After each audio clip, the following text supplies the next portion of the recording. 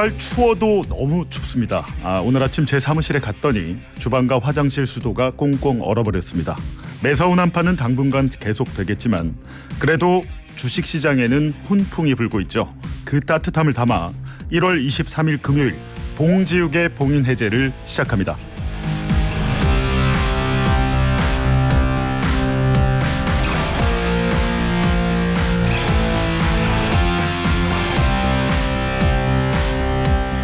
네, 한덕수 전 총리에 대한 징역 23년 선고, 그리고 정청래 대표의 합당 제안, 신천지의 국민의힘 조직적 입당 의혹까지 뉴스에 숨겨진 맥락을 봉다리 뉴스에서 분석합니다.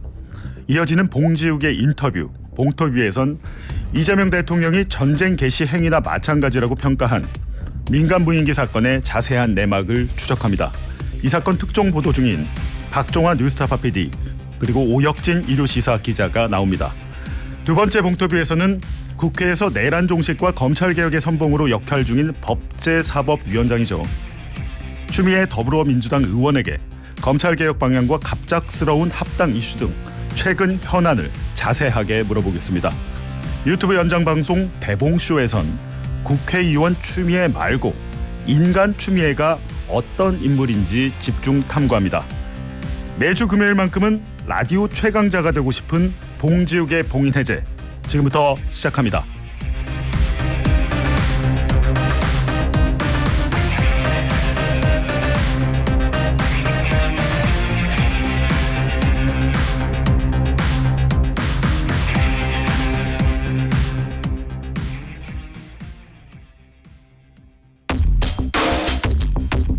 숨겨진 뉴스의 이면을 탈탈 털어드립니다.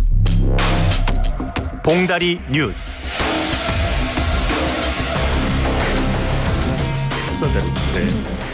네, 이번 주 우리가 주목해야 할 봉다리 뉴스, TBS 보도본부 문숙희 기자, 어서 오세요. 네, 안녕하세요. 네, 첫 번째 뉴스 뭐죠? 네, 첫 번째 뉴스, 한덕수 징역 23년, 12.3 개헌은 내란. 네, 그제 한덕수 전 국무총리의 내란 중요 임무 종사 등 혐의 사건 1심 선고 결과가 나왔습니다. 네. 대부분의 혐의가 인정되었고 이 특검이 요청한 징역 15년보다 더 무거운 징역 23년이 내려졌습니다. 네, 이진관 판사의 저는 사실 이거 역사적인 판결이라고 생각을 하는데 1심 선고 내용 잠깐 들어보시죠. 윤석열이 2024년 12월 3일 비상계엄을 선포하고 이에 근거하여 헌법에 따라 보장되는 의회, 정당 제도 등을 부인하는 내용의 위헌 위법한 포고령을 발령하며 군 병력과 경찰 공무원을 동원하여 국회 중앙선관위 등을 점거, 출입통제하거나 압수수색한 행위는 앞서 본 바와 같이 형법 87조에서 정하는 내란 행위에 해당합니다. 12.3 내란 과정에서 사망자가 발생하지 않았고 내란 행위 자체는 몇 시간 만에 종료되긴 하였습니다. 그러나 이는 무엇보다도 무장한 계엄군의 맨몸으로 맞서 국회를 지킨 국민의 용기에 한 것입니다.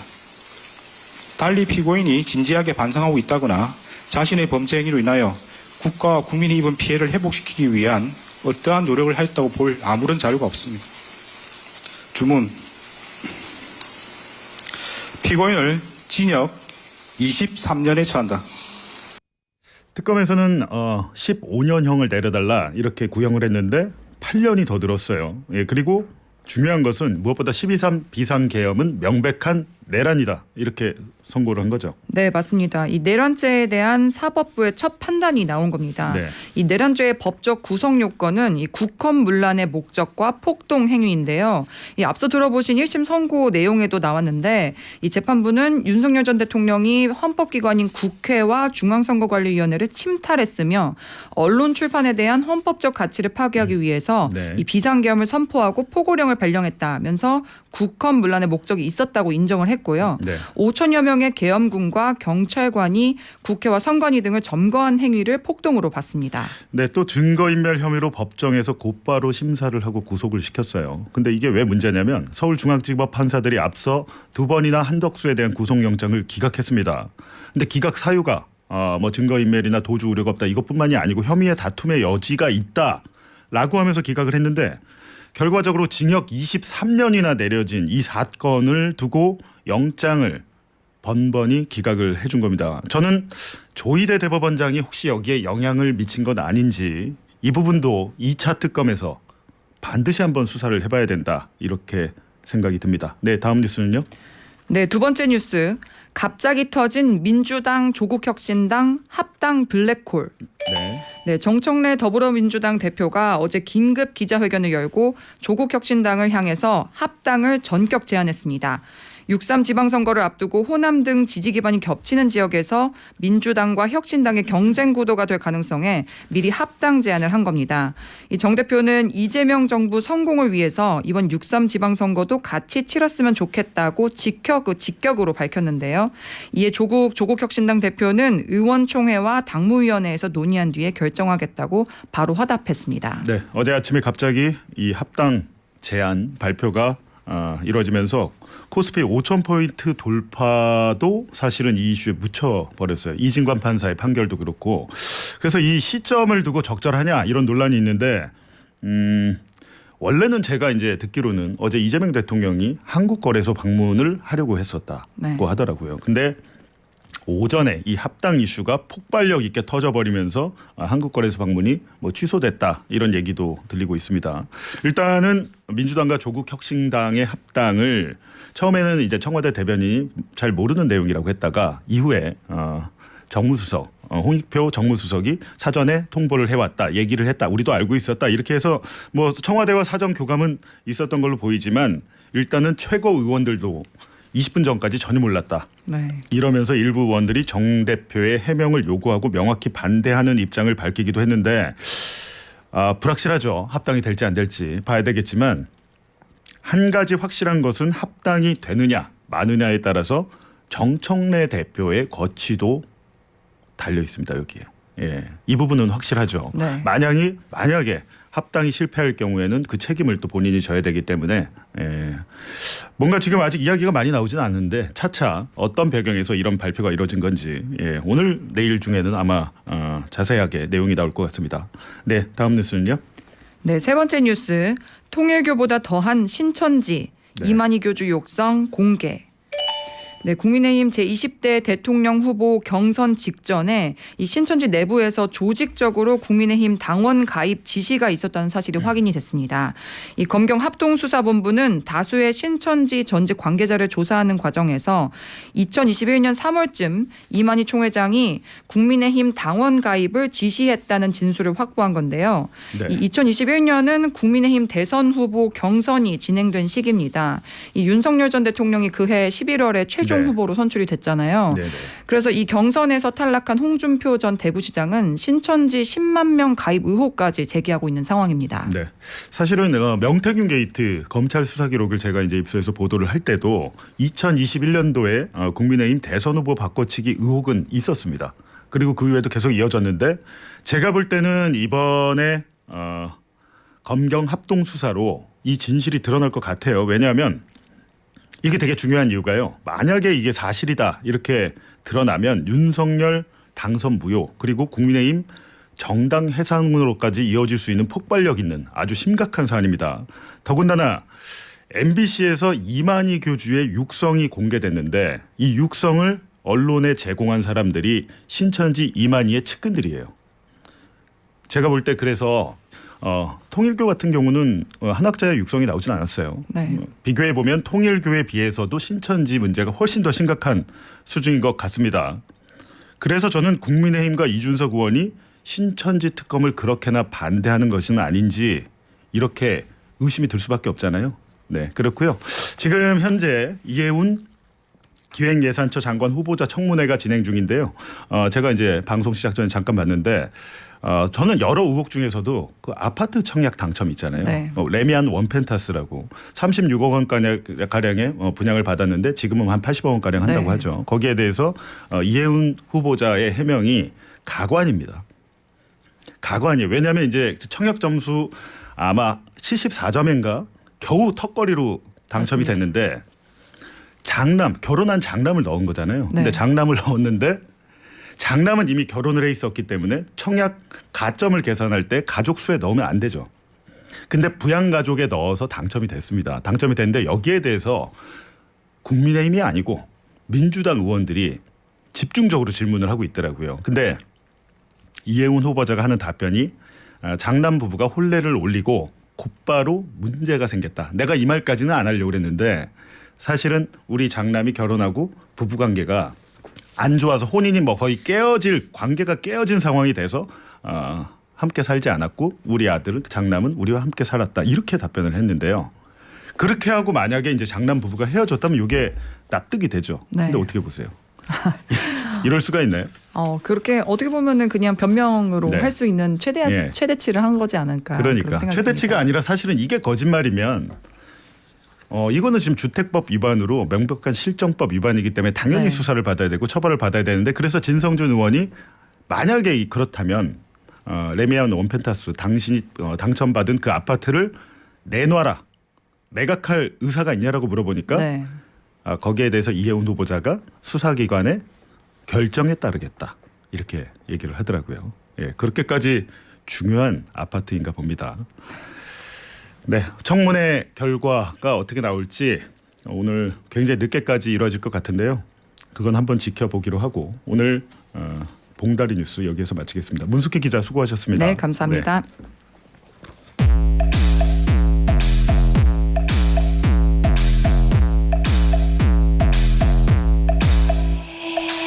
봉지욱의 봉인 해제.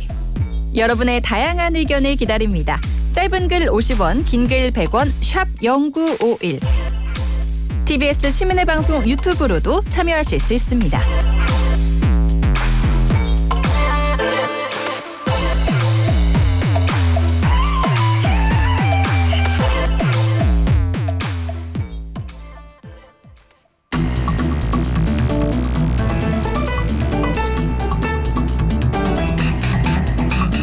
네, 군이 아닌 민간인이 지난해 내란 때가 아닙니다. 바로 지난해 북한에 수차례 무인기를 보낸 사실이 드러나서 군과 경찰이 합동 수사에 들어갔습니다. 이후 한 대학원생이 느닷없이 언론에 등장해 내가 무인기를 날린 당사자다.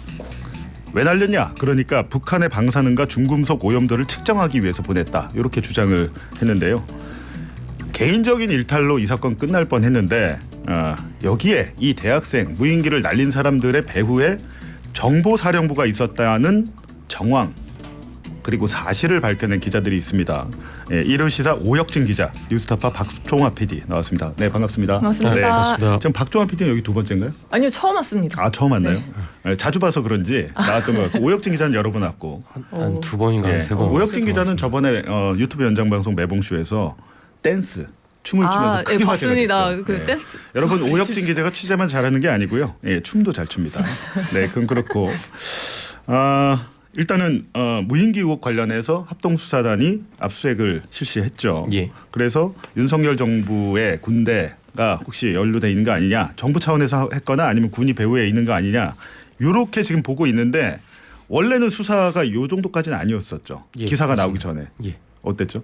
원래는 정보사가 군 자체와 관련이 없다라는 게 이제 군경 TF 또는 국방부 대변인실의 공식 입장이었고요. 처음에는. 예, 그렇습니다.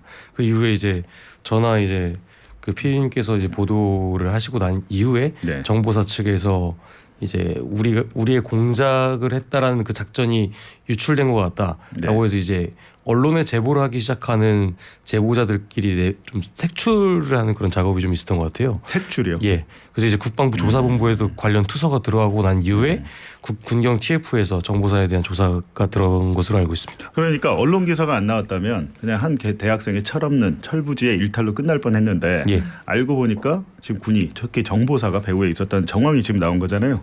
근데 이 피의자가 지금 3명인데요. 다 대학원생인 모양이에요. 네, 맞습니다. 근데 30대들인데 네.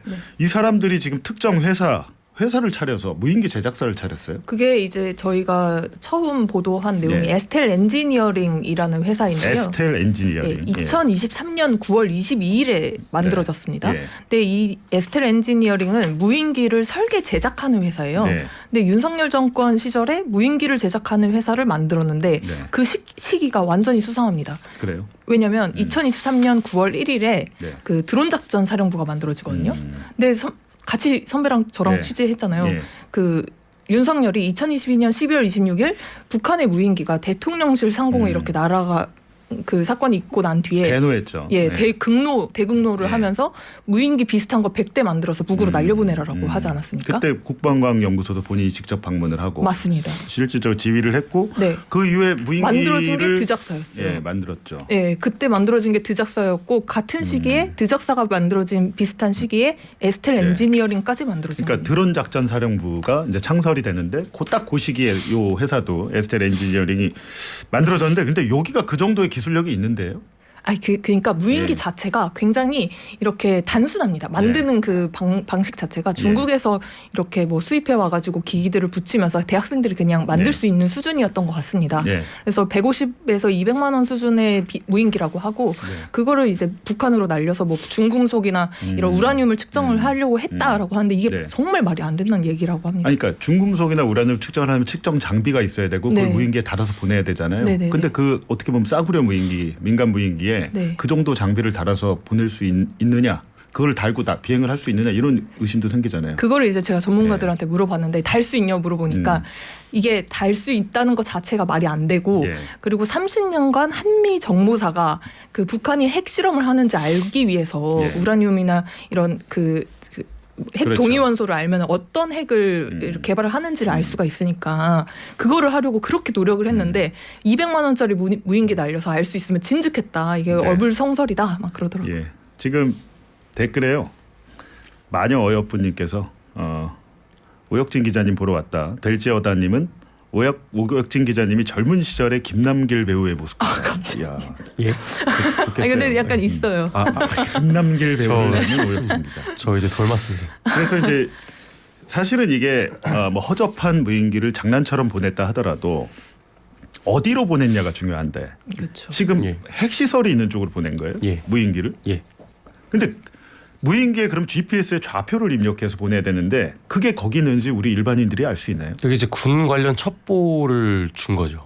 사실상 이제 전문가의 손길을 타는 예. 것 플러스 이제 우리나라 방공망을 뚫으려면 어떤 쪽으로 해서 위도 경도를 설정해서 돌아올 수 있는지 예. 또는 일부러 이 무인기 기종은 돌아오지 않아도 된다라는 확실한 의도와 목표가 예. 있기 때문에 예. 군과 군 자체에서 작전을 진행했다고 볼 예. 수밖에 없습니다. 오혁진 기자는 이 사건 관련해서 이 대학생 O 씨, 대학원생 O 씨, 피의자 O 씨를 만난 정보사령부 블랙 요원이라고 하나요? 휴민트 블랙 요원이라고 민간 볼 수 정보 있습니다. 요원들입니다. 정보사령부에 근무하는 요원들을 만났죠. 직접. 예. 예. 2번 정도 만났습니다. 그러니까요. 직접 만나서 들은 얘기들이잖아요. 예, 그렇습니다. 근데 지금 수사단에서 발표한 것은 아니면 북한에서 얘기한 것은 3차례. 작년 9월부터 3차례인데 예, 그렇습니다. 더 있나요? 더 있을 것 같은데. 제가 일단은 정보사에서 직접 이 O 씨 측을 접촉을 했던 건 2024년 7월이 처음이고요. 예. 그 이전부터 여러 차례 본인이 날려왔다라고 예. 정보사 측에다가 소명을 했고 그다음에 O 씨 측은 그 이후에 정보사와의 협조를 통해서 본인은 9월, 10월, 11월, 1월 달 이렇게 예. 3차례 날렸다고 했지만 예. 정보사 측에서 O 씨가 날린 행위에 대해서 이제 분석을 했을 때는 최소 20차례에서 30여 차례 30차례. 예, 그 정도 날린 것으로 지금 파악을 했다고 근데 합니다. 작년 9월에 떨어져서 북한이 발견해서 사진까지 찍었던데 예. 이걸 내내 참고 있다가 지금 발표한 이유는 뭘까? 네. 아 누가요? 어디? 북한에서. 북한에서요? 네, 작년 9월부터 와서 작년 9월에 그 사진이 북한이 공개한 사진이 작년 9월에 날렸던 무인기인데 그렇죠. 격추시킨 게 9월과 네. 1월 거를 네. 격추시켰다고 했고 1월에 이번에 김여정이 화가 나서 뭐 그랬죠. 그러니까요. 납득이 어려운 게 한두 개가 아닌데요. 이번에 이재명 대통령도 기자회견에서 이 사건을 언급했습니다. 어떤 내용인지 한번 들어보시죠. 이 전쟁 개생이나 마찬가지죠. 북한 지역에 총 쏜 거하고 똑같잖아요. 멋대로. 근데 이런 걸 어떻게 과감하게 이렇게 할 수 있는지 정말 이해가 안 됩니다. 이게 어떻게 이런 민간인들이 이런 상상을 할 수 있는지 의심스럽습니다. 물론 수사를 계속 해봐야 되겠지만 거기에 뭐 국가기관이 연관되어 있다는 설도 있어요. 네, 대통령이 지금 전쟁 개시나 마찬가지다. 이건 지금 뭐 장난으로 한 게 아니다. 이렇게 보고 있는 거고 왜냐하면 지금 내란 직전에 보낸 것도 아니고 지금 내란 직전에 보낸 것은 이제 군에서 보낸 것이고 네. 내란 이후에 보낸 것은 지금 민간인들이 보낸 것인데 거기에 지금 정보사가 개입을 했고 돈을 줬나요? 네, 돈을 준 거는 예. 이제 저희가 확인한 건 1,300만 원을 예. 그 오 씨가 운영하는 언론사 두 곳에 착수금으로 준 것으로 확인이 되는데요. 언론사도 운영을 했어요. 언론사를 네. 운영했습니다. 예. 근데 그 언론사 이름이 NK 모니터라는 곳과 인사이트 글로벌이라는 그 두 개의 매체인데요. 예. 여기를 이제 저희 그 확인한 바로는 정보사에서 기반 조성 사업이라는 걸 합니다. 기반 조성 사업. 예, 기반 조성 사업이 뭐냐면 이 정보사 요원들이 그 해외나 이런 중국이나 국외에 나가서 북한에 관한 정보들을 수집을 할 때 이게 그냥 가서 하면은 이제 스파이로 의심받고 그러지 않습니까? 네. 그러니까 북한 매체 기자의 그 명함이 있으면은 좀 네. 더 그 활동하기가 수월하다고 합니다. 그렇기 때문에 그런 용도로 만든 매체로 이제 오 씨한테 그런 매체를 만들어라고 하고 예. 착수금을 1,300만 원을 지원한 것으로 확인을 했습니다. 그러면 이게 네. 내란 직전에 군에서 보낸 것도 지금 일반 지적죄로 재판을 하고 있는데 외환 유치까지 못 갔잖아요. 예. 전쟁을 유발하려는 행위였냐 아니었는지 지금 규명이 안 됐는데 끝나고 나서 윤석열이 뭐 탄핵되고 여러 가지 상황이 있었는데 그때 민간에서 무인기를 보낸 게 민간인들이 그냥 자기들이 보낸 게 아니고 배후에 뭐 정보사가 있다거나 뭐 윤어게인이나 뭐 여러 가지 그쪽 정치적인 세력이 있었다라고 하면 그건 심각한 거 아닌가요? 심각한 문제죠. 예. 예, 그래서 정보사 내부에서의 평가가 좀 갈리는 지금 상황입니다. 어떻게 되냐면 그 이제 윤석열이 탄핵이 된 이후에 예. 이제 오 씨 같은 경우에는 지속적으로 무인기를 날리려고 네. 했고요. 오 씨와 접촉을 했던 소령 또는 이제 상사 네. 이런 분들 같은 경우에는 약간 뭐 인권위에서 좀 무리를 했던 캡틴 아메리카 같다. 캡틴 아메리카. 예. 그래서 그건 구속됐죠. 예 맞습니다. 서부지법 예, 폭동 사태 때. 맞습니다. 그 예. 캡틴 아메리카 복장 입고 돌아다니신 분. 예 맞습니다. 그리고 스카이데일리의 허위 인터뷰 맞습니다. 맞죠? 맞습니다. 그분이죠. 예. 예. 그래서 그런 사람과 비슷한 그런 사상을 갖고 있는 사람이기 때문에 정보사에서 이 연결고리 좀 끊어야 될 것 같다라고 했지만 윗선임 대령 측에서는 지속적으로 이제 그래도 접촉을 해봐라라고 그 관계를 유지해왔던 걸로 파악하고 있습니다. 그러니까 이게 대학생들이 장난처럼 한 게 아니고 정보사의 대령 예, 5대령인가요? 예 오 씨. 맞습니다. 예, 오 씨가 지금 이 사건에는 여러 명의 오 씨가 있습니다. 지금 5대령이 있고 5중령이 있어요. 근데 중요한 것은 5대령은 정보사의 대령이고 5중령은 국가안보실에 있던 중령이죠. 네 맞습니다. 근데 그 중령의 역할도 있었던 거죠. 5중령. 이 셋의 이 둘의 관계도 조금 특이한데요. 예. 과거 이제 김태호 전 안보실 1차장이 예. 2023년 말에 속초에 있는 HID 부대를 방문한 적이 있습니다. 그렇죠. 그때 당시에 속초 부대장이 지금 거론되고 있는 이 오대령 5대령. 그리고 그 밑에서 같이 특수대대장을 했던 사람이 오중령. 5중령. 그러니까 5중령은 국가정보원을 거쳐서 국가안보실 2차장 산하로 갔는데 실질적으로 보고는 1차장이었던 김태우한테 했고. 예 맞습니다. 중요한 것은 여기 김태우가 지금 꼬리가 잡히질 않아가지고 특검 수사도 난항을 겪었는데 이번에 잡힌 것 같아요. 그죠? 사실상 그렇게 볼 수 네. 있습니다. 김태우 1차장이 오중령에게 보고를 받았다고 하는데 예. 그 오중령이 이 민간 무인기를 날린 대학생 오 씨랑도 연결이 되죠. 어떻게 됩니까? 제가 확정적으로 답변드리긴 좀 네. 어렵지만 그건 제가 그 다음 주 정도에 기사로 작성할 예정입니다. 지금 예고를 하는 건가요? 예, 사실상 기사 그렇습니다. 홍보를 기사 홍보를 하는데 지금 김태호 전 차장에 대한 연결고리가 이 민간 무인기 대학생 사건에서 단서가 잡혔습니다. 단서가 잡혀 되게 중요한데 이 사람이 단순한 대학원생도 아니잖아요. 대통령 윤석열 대통령실에도 있었다면서요. 맞습니다. 그 오 씨와 장 씨, 그 에스텔 엔지니어링의 대표가 장 씨고 오 씨가 이사였는데요. 그 두 사람이 다 대통령실 대변인실에서 그러니까요. 언론 모니터링 활동을 했습니다. 언론 모니터링. 근데 이 두 사람이 뭐 행적이 이제 저희가 극우 관련돼서 뉴스타파에서 취재를 네. 열심히 했습니다. 예. 그래서 오 씨의 이름이 처음 나왔을 때 저희가 검색을 해보니까 극우 리스트에 나온 겁니다. 저희가 갖고 리스트에. 있던 극우 리스트에. 근데 오 씨가 과거에 뭐 한국 대학생 포럼의 대표도 맡고 네. 막 그랬지만 더 큰 문제는 20대 대선 불공정 방송 국민감시단이라는 네. 예. 단체에서 활동을 하고 예. 대통령실로 이동을 했는데요. 네. 그 단체가 나중에는 공정언론 국민연대가 됩니다. 그러니까 공정언론 국민연대라는 것은 보수 인사들, 극우 인사들이 모인 일종의 언론 시민단체 같은 건데. 맞습니다. 그죠? 그리고 거기서 소위 말하는 여러분 뭐 기억 벌써 잊었을 수 있는데 유일인 방송통신심의위원장이 가족과 지인을 동원해서 했던 청부 민원 사건에 그 청부 민원 의심되는 그 민원들을 넣은 사람들이잖아요. 맞습니다. 조직적으로. 그 공원련에서 조직적으로 넣었죠. 복부 네. 민원을. 예. 그래서 그 공원련의 대표를 맡고 또 아까 말씀드린 20대 대선 불공정 방송 국민감시단을 예. 만든 사람이 지금 시청자 미디어 재단 이사장이거든요. 최초로 씨. KBS 출신. 예, 맞습니다. 아무튼 거기 출신들이 대통령실로 대거 이동을 해서 그 오 씨와 장 씨가 이동을 해서 예. 이 대통령실에 어떤 지시를 받고 했는지는 모르겠으나 예. 그 시기에 이제 무인기도 날리고 뭐 이랬던 것으로 보이죠.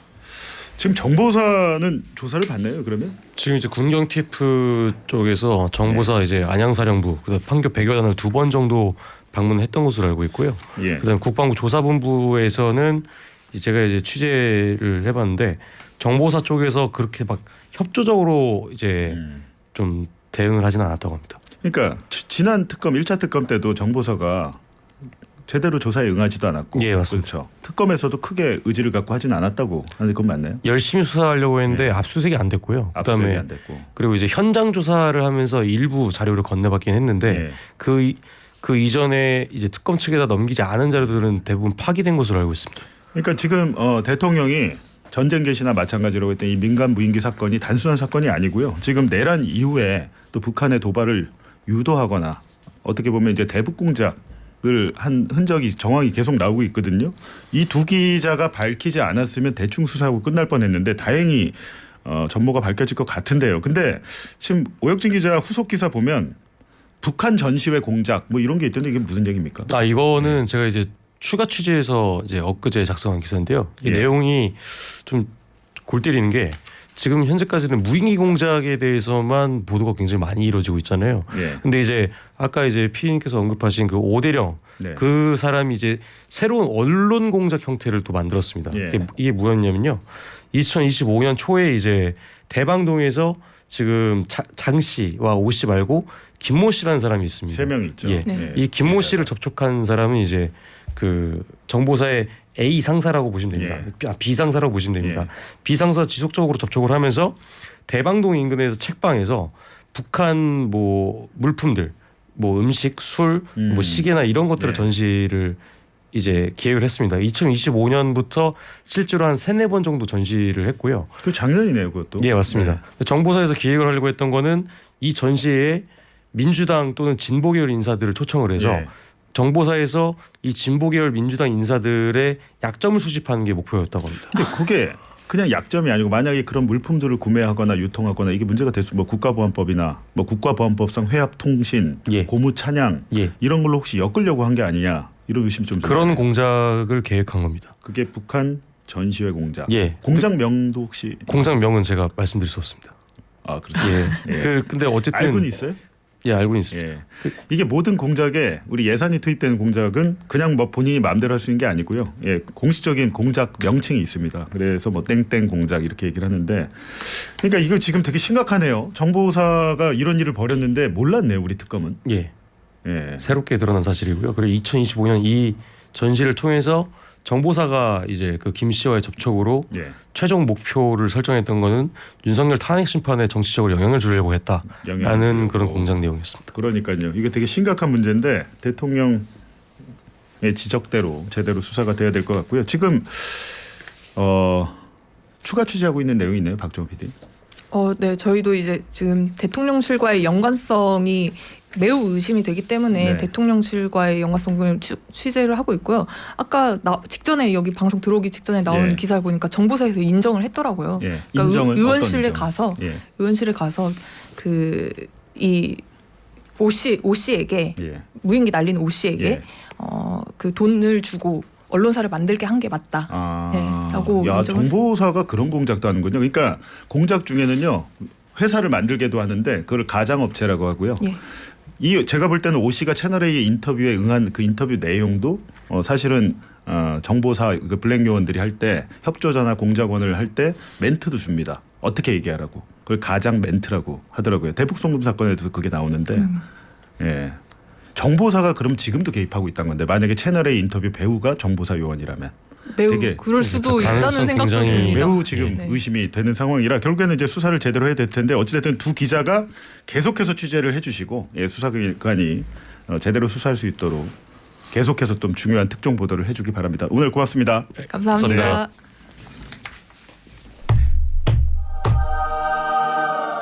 두드리라 열릴 것이다. 금요일 낮 12시 5분 TBS를 두드려라. 봉지욱의 봉인 해제.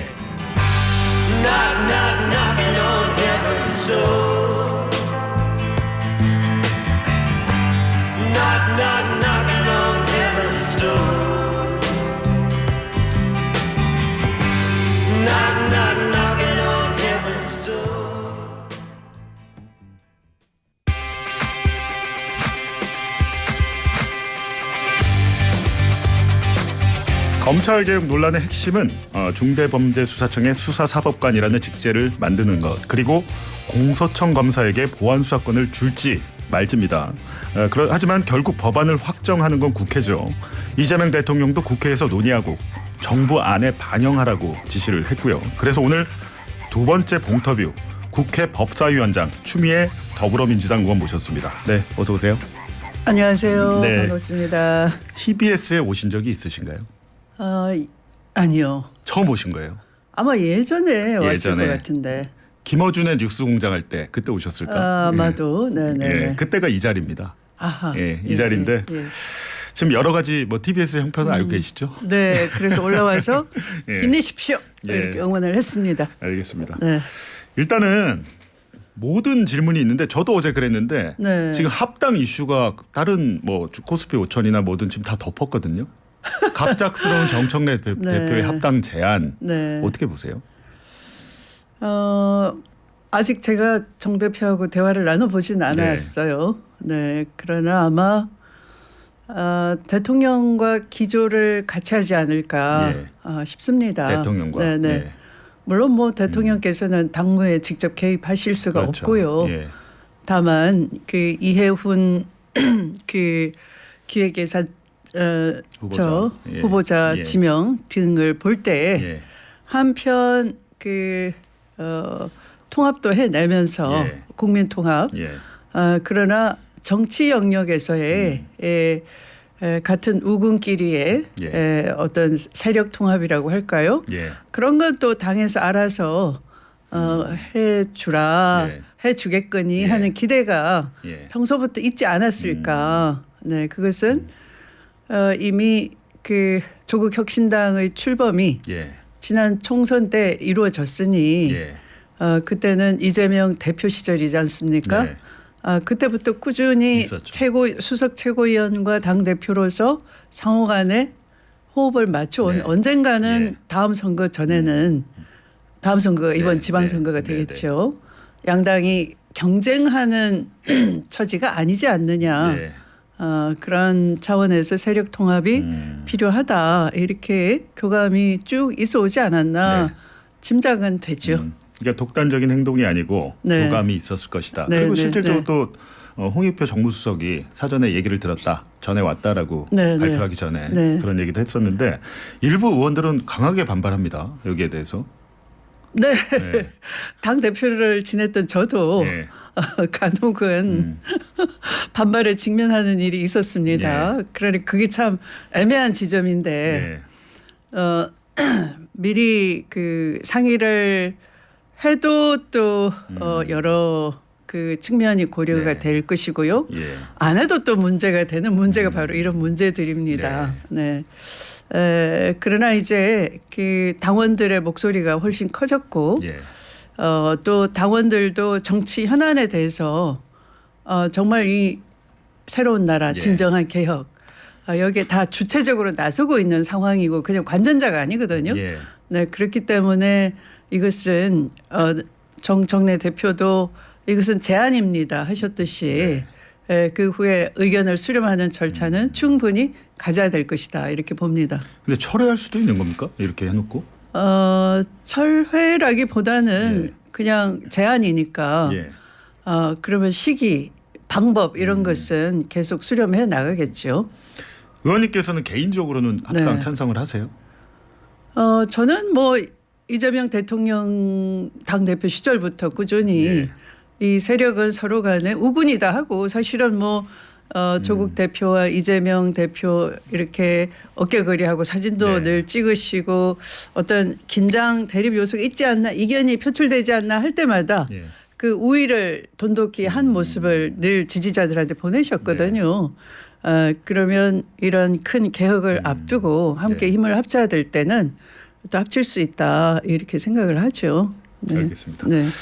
한덕수 징역 23년 선고 이진관 네. 부장판사의 판결문 그 내용 잘 아시죠? 그렇죠. 예, 네, 어떻게 네. 평가하십니까? 아주 전직 판사로서 예. 감명 깊었습니다. 그렇습니다. 대견했습니다. 판사 출신인 법제사법위원장이 네, 봐도 네. 대견한 판결이다. 네, 네, 예. 네. 우선 그 시야를 굉장히 넓게 깊이 가지고 있다라는 점이 감탄스러웠어요. 양형을 이유를 설명해 나가는데 예. 우선은 한덕수 총리가 오랫동안 공직 봉사자였다. 네. 거의 최고위직을 다 섭렵을 그렇죠. 주로 했었다. 네. 그러니까 나라의 은혜를 많이 입은 네. 국민 봉사자였다. 그렇습니다. 그런데 그 본분을 망각했는데 그것은 그 단순히 단순한 그런 뭐 망각 그런 정도가 아니라 예. 어떤 세계 흐름을 볼 때에 위로부터의 이 쿠데타라고 그렇죠. 내란이라고 예. 설명을 했지 않습니까? 이 사안의 성격상 개인이 영달을 위해서 기회주의적으로 아무리 예. 굴었어도 이것은 너무 엄청난 거다. 음. 세계사적으로 볼 때 뭐 특히 아프리카나 남미의 여러 나라들이 예. 그런 전철을 밟았잖아요. 예. 이 친위 쿠데타를 통해서 독재 권력을 접수를 해버리면 그걸 복원하는 건 굉장히 어렵다. 나중에 내전으로까지 간다 그렇죠. 하는 그 넓은 스펙트럼을 가지고 저는 그 한덕수의 그 네. 행위 자체의 의미를 거기에 부여를 했다라고 보는 겁니다. 일종의 그러니까 뭐 세계 정치사. 그렇죠. 예. 그게 우리나라 일어날 뻔했었지 않느냐. 더군다나 우리는 이미 세계가 부러워하는 그렇죠. 선진국이고 전두환이 일으켰을 때 80년대랑은 다르죠. 너무 다르다. 네. 굉장히 설득력이 있더라고요. 네, 네. 왜냐하면 전두환 때 12.12 쿠데타 네. 같은 경우는 인명살상이 있었고 네. 이제 윤석열 측에서 주장한 것은 2시간 만에 끝났고 인명피해 없지 않느냐 뭐 네. 이런 식의 주장이었는데 네. 그거를 완전히 오히려 네가 더 나쁜 거야 네. 라고 되게 설득력 그게 어떻게 있게. 너의 기회, 너가 네. 점수 딴 것으로 그렇죠. 네가 활용할 수 네. 있는 득점이 되겠느냐. 너의 포인트가 아니고 맞습니다. 이것은 위대한 국민이었다 하면서 울컥하는 거예요. 아이고 네. 그렇게 했군요. 뭐 2심에서 이게 좀 줄어들거나 할 가능성은 없을까요? 2심에서는 이제 그 아마 항소심 재판부는 그 모든 피고인들이 같이 이제 그러니까 윤석열의 모든 범죄도 총합될 예. 것이고 경합범으로 같이 네. 다루어질 것이고 또 피고인끼리도 비교가 되는 것이겠죠. 그래서 이제 윤석열부터 네. 사형 그러면 네. 별로 감경이 될 것 같지는 않고요. 네. 윤석열의 형이 무기 이러면 이 조금씩 이렇게 낮춰지지 않을까 싶긴 합니다. 하지만 뭐 23년이 네, 10년이 그다지 된다거나 네, 네. 이렇게까지 가능되지 않을 것이다. 그다지 깎아질 것 같지는 않습니다. 그러면 근데 이 지금 한덕수가 징역 23년이라면 윤석열은 다음 달 직위원재판장 이제 선고가 있는데 네, 어떻게 예측하세요? 형량. 저는 사형이 마땅하다고 사형이 봅니다. 맞다. 네, 사형이 유지되면 한덕수도 이 징역 23년이 맞게 유지될 되네요. 것이다. 네. 그리고 만약에 네. 무기징역이면 조금 낮춰질 네, 가능성이 네. 있다. 네, 네. 가장 핫한 이슈였는데 이게 합당 때문에 약간 묻혔는데 검찰 개혁. 네. 검찰 개혁 이슈가 이제 어차피 이제 공이 국회로 넘어왔잖아요. 네. 이제 국회에서 정부 입법 예고가 돼 있고 공소청과 이제 중대범죄수사청 두 개 기관을 새로 만드는 설치 법안을 법제사법위에서 심사를 할 텐데 어제 민주당이 정책위원총회를 열었는데 약간 기류가 변했다 이런 언론 보도가 있더라고요. 그렇지는 않고요. 그렇지 않습니까? 네, 네.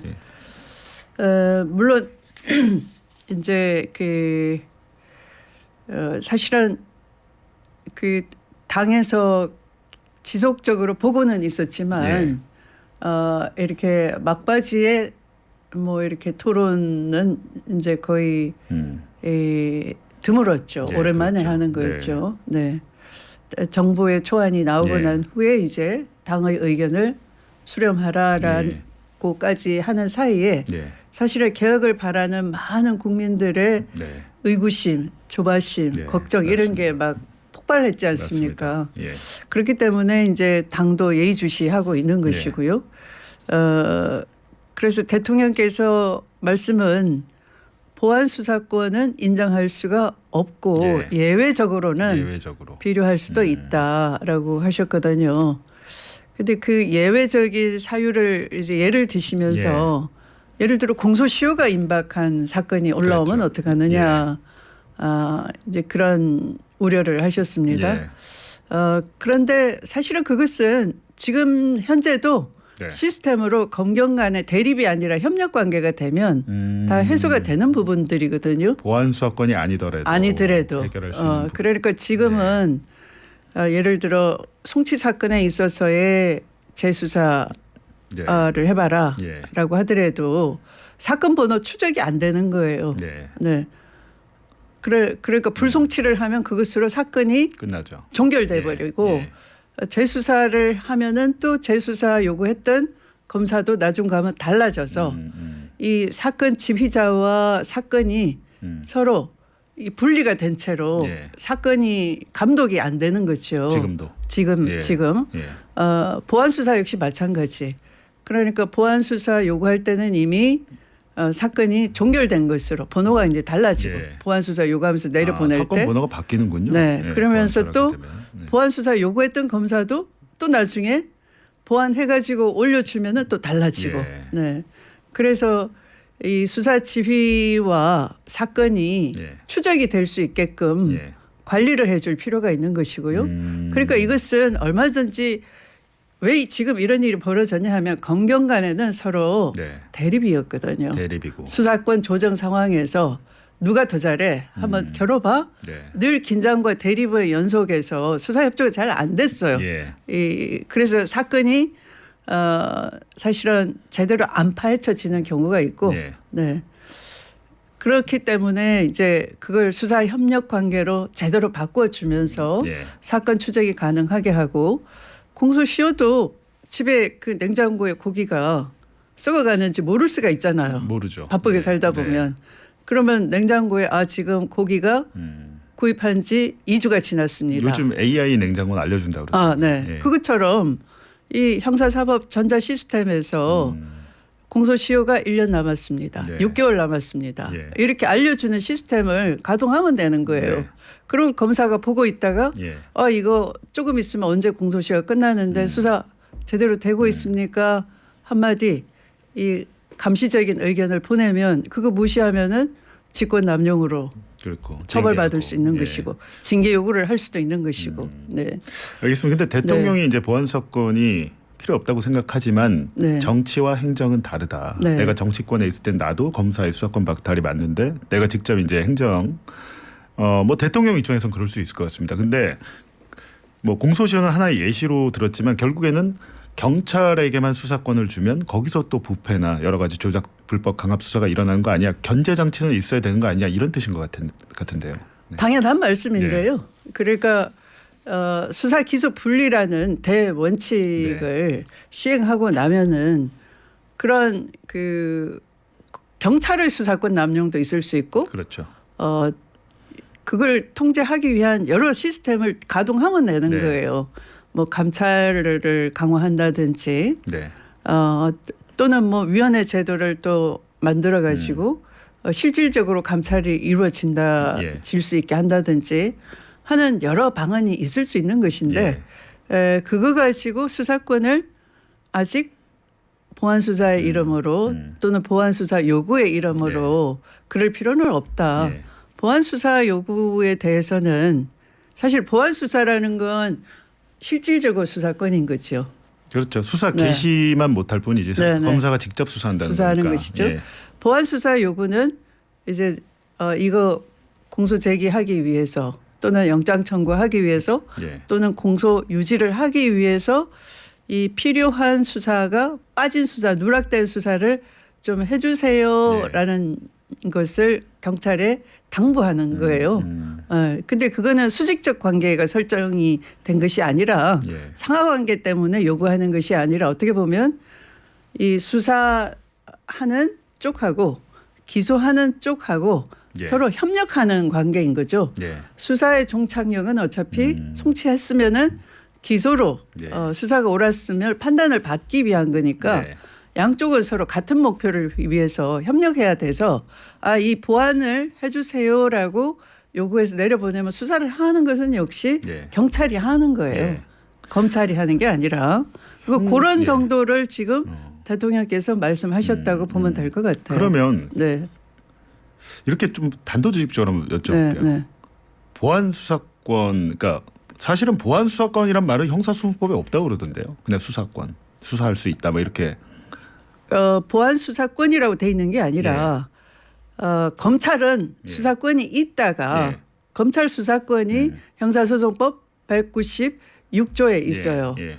그런데 동일성의 범위 내에서 또 동일성의 수사할 범위 수 내에서. 있다. 네. 그 동일성의 범위 내에서 수사하는 것이 바로 보안 수사권이다. 이렇게 번역을 하고 있어요. 네. 근데 네. 여태까지 지금도 그렇게 돼 있는데 별건 수사 네. 계속 하잖아요. 네. 법원에서 네. 또 계속 유죄 판결을 내려주고 그렇죠. 그것 때문에 해온 네. 건데 네.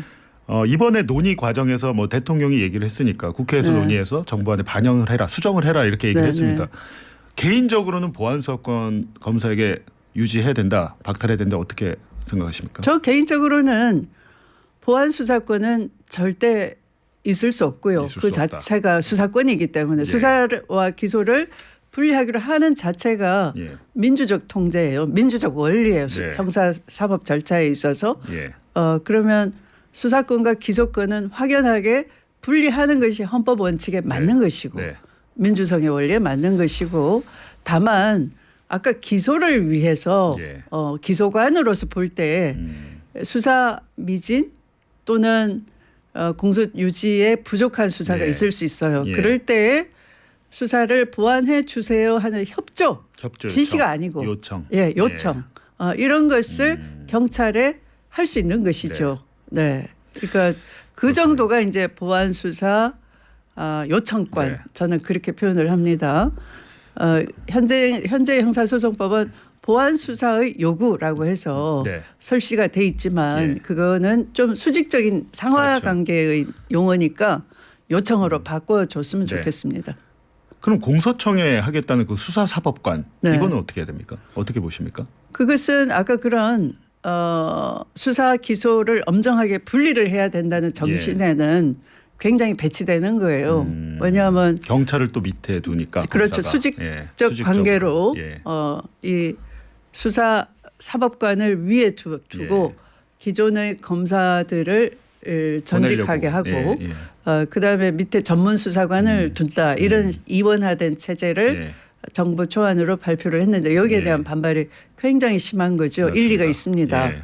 이게 지금의 수사 기소를 완전히 분리한다는 데는 아주 역행하는 아니다 이렇게 보는 거죠. 알겠습니다. 그 네.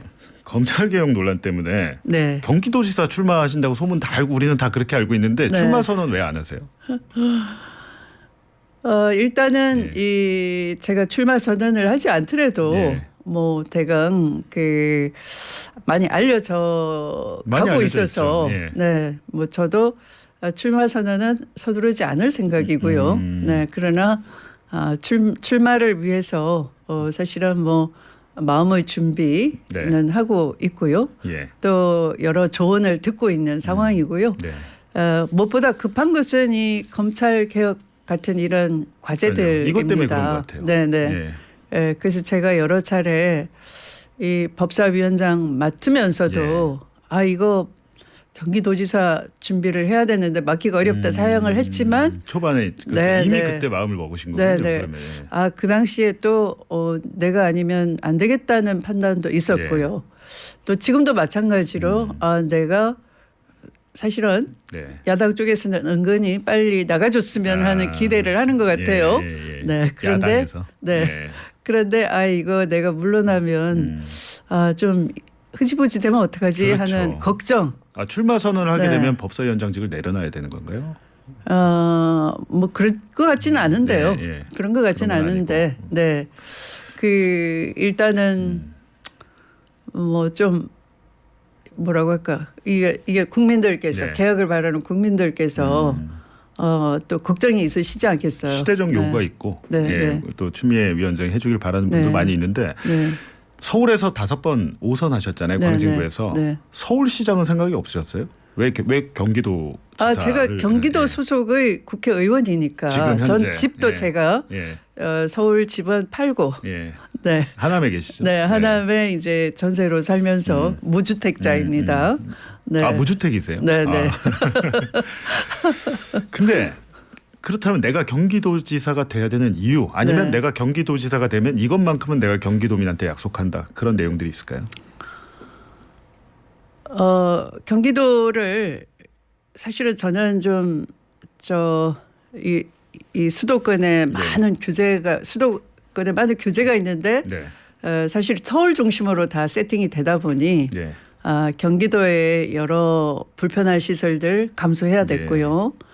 또 서울을 위한 교통이 다 지나가도록 예. 그 양보를 다 해야 되는 지역이 경기도가. 있고요. 예전에는 버스 네. 환승도 잘 안 되고 그랬었어. 막 그랬죠. 아이가 뭐 네. 그런 경기도를 네. 이 경기도만의 정체성을 확고하게 하고 좀 1등 경기도를 만들어내겠다 이런 생각이 좀 있고요. 예. 또 제가 그동안 우리 세대가 산업화 시대를 거치면서 우리는 예. 비교적 불안보다는 희망이 더 컸던 세대였던 것 같아요. 네. 자고 나면 달라지고 달라지죠. 내 일자리도 예. 있고 열심히 하는 데에 따라서 성과가 있고 네. 예측이 가능했어요. 근데 지금은 누구나 예측할 수 없는 불안한 시대를 겪고 있어요.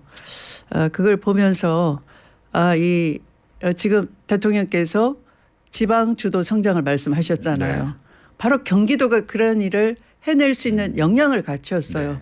풍부한 고급 인재, 그다음에 자부심 네. 가득한 예. 역동적인 그런 젊은 분들이 많이 있어요. 네. 또 그래서 청년 일자리, 여성 일자리 이런 기업을 유치해서 규제를 적절하게 조정해내면서 그런 역동적인 경제의 모습을 네. 펼쳐볼 수 있는 그런 곳이 경기도가 아닐까. 네, 그런 알겠습니다. 것을 한번 불꽃처럼 피워보고 싶습니다. 네, 알겠습니다. 오늘 말씀 여기까지 드릴 텐데요. 지금 네. 추미애 위원장은 끝나고 이어지는 유튜브 연장 방송 이명수와 봉지욱, 복명수의 배봉쇼에서 정치인 추미애가 아니고 인간 추미애가 누군지 저희 김묘성 기자까지 불러서 함께 맛있는 거 먹으면서 좀 이야기를 들어보겠습니다. 네, 감사합니다. 잠깐만 네. 기다려 주세요. 네, 네. 네.